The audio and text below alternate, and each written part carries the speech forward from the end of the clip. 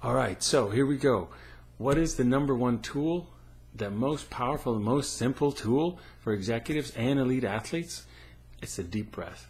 A deep breath. In fact, many deep breaths, but the deep breath, as much as I would like it as a PhD, I would love to have it be something much more intellectual or complicated than that. The deep breath is that number one most powerful tool. And so to just start practicing while I'm sharing with that, because I want to give you a couple other tools that go with it that can have you walk away and be more effective as soon as this video is over. So it's something you can put right into action, my ABCs. And B is the second part, is the breath. But just inhale through your nose.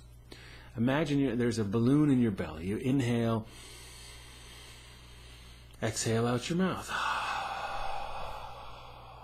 Inhale and exhale. Keep that up for just a moment while I talk about why is that so important. We're number one wired for safety. We're not wired for being executives in boardrooms and getting on the phone and talking with people and sitting in cars, sitting in front of computers. We're really physiologically designed to be out on the plains hunting and gathering. And the reason why we're here is because our number one programming is for safety. And if you perceive any kind of threat, we don't use our rational mind once we get triggered. We go to our unconscious mind, which runs most of the show anyway, but we really lose an ability to choose when we perceive a threat. We start to get nervous or anxious or stressed. And the first thing to go is our breath, because we want to stop and look around and see, it's like, hey, where's there danger? That's our natural action, is to freeze. And then also to get ready to fight. The blood changes spots in our body. That's why we feel these different kind of things and feel the tension in our body. All these are this fight, flight, or freeze response that apparently helped us so much on the African and other plains around for the last several thousands of years, but aren't the best thing to happen in a boardroom, in a business meeting.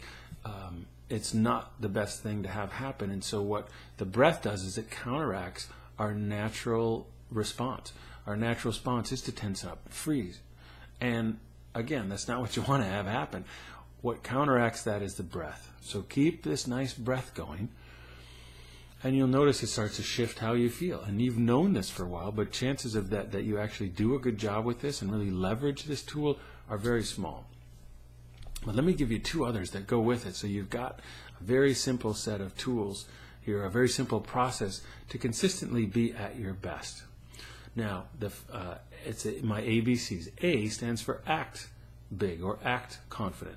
Now, if I could only give you two things, I would say do the breath and use your body. This just doesn't get talked about in executive or leadership trainings. Like, it's in your body. Carry your body in a confident way. As you press your butt down, as you lift up through the crown of your head, you get more confident. It's just the way it goes. There's a great TED Talk by a woman named Cuddy, where she's talking about experiments on this, where for 2 minutes you hold your hands up over your head. These students hold your hand, and it changes their cortisol, it changes their testosterone, it changes their boldness, it changes the actions that they take, it changes their confidence. So you can do that. 2 minutes, just sit here and listen if there's nobody around.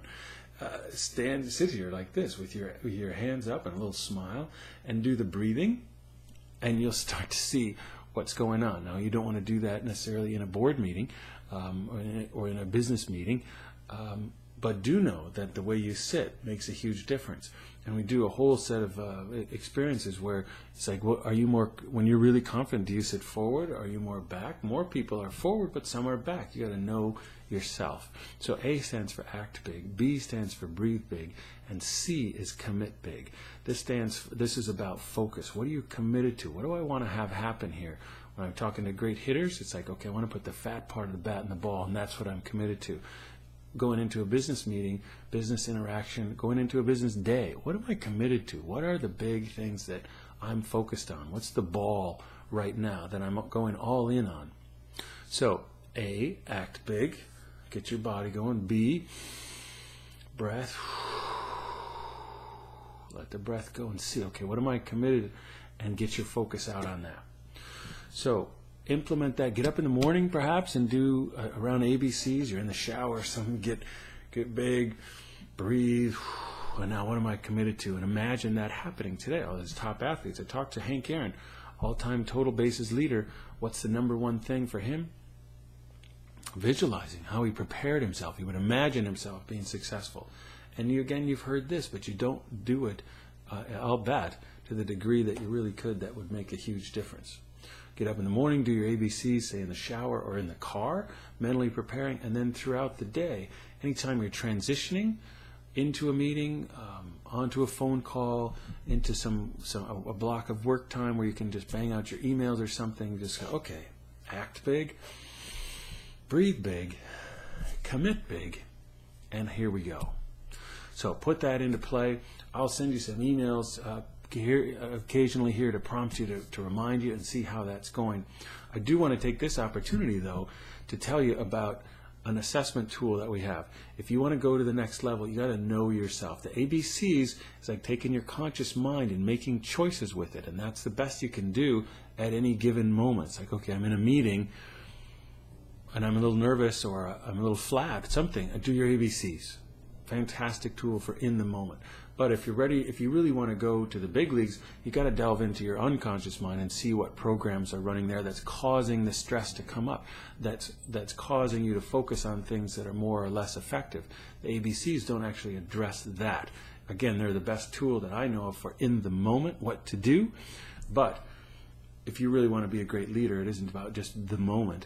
It's about, let me learn about myself and study myself. We've got an assessment. It is Ninja. It is really a very powerful assessment that would be unlike anything that I believe that you've seen, because it gets at your underlying value system of what you think is important, what you pay attention to. And the process, what I'm offering to you is to click the link below, buy the assessment, and with the assessment comes an hour-long debrief. The assessment might take you 30, 40 minutes to do, and then you'll get a 65-page report. The 65-page report that breaks it all down for you, but the real gold is in just a 1-hour meeting with myself or my wife, Birgit, where we'll go through and get your results and see what's going on underneath. Now, in some later videos, emails, I'll tell you more about it, but if you want to jump on this right now, that's my highest recommendation, is to click that, take this assessment, do the debrief, and you'll find out things about yourself that you didn't even know were possible to know from an assessment. And that's what you will then put you on the foundation for what it is that you actually need to work on. What is it that you actually need to develop in yourself to take your leadership to new heights? What is it? The only way to do it is to get at your processor and find out how you're processing. What operating system are you running? What are you paying attention to? I can tell you that if you'll take this profile. So great job. Again, I encourage you to do that and get out there and do your ABCs, and we'll look forward to hearing back from you. Give us some feedback on how that goes for you.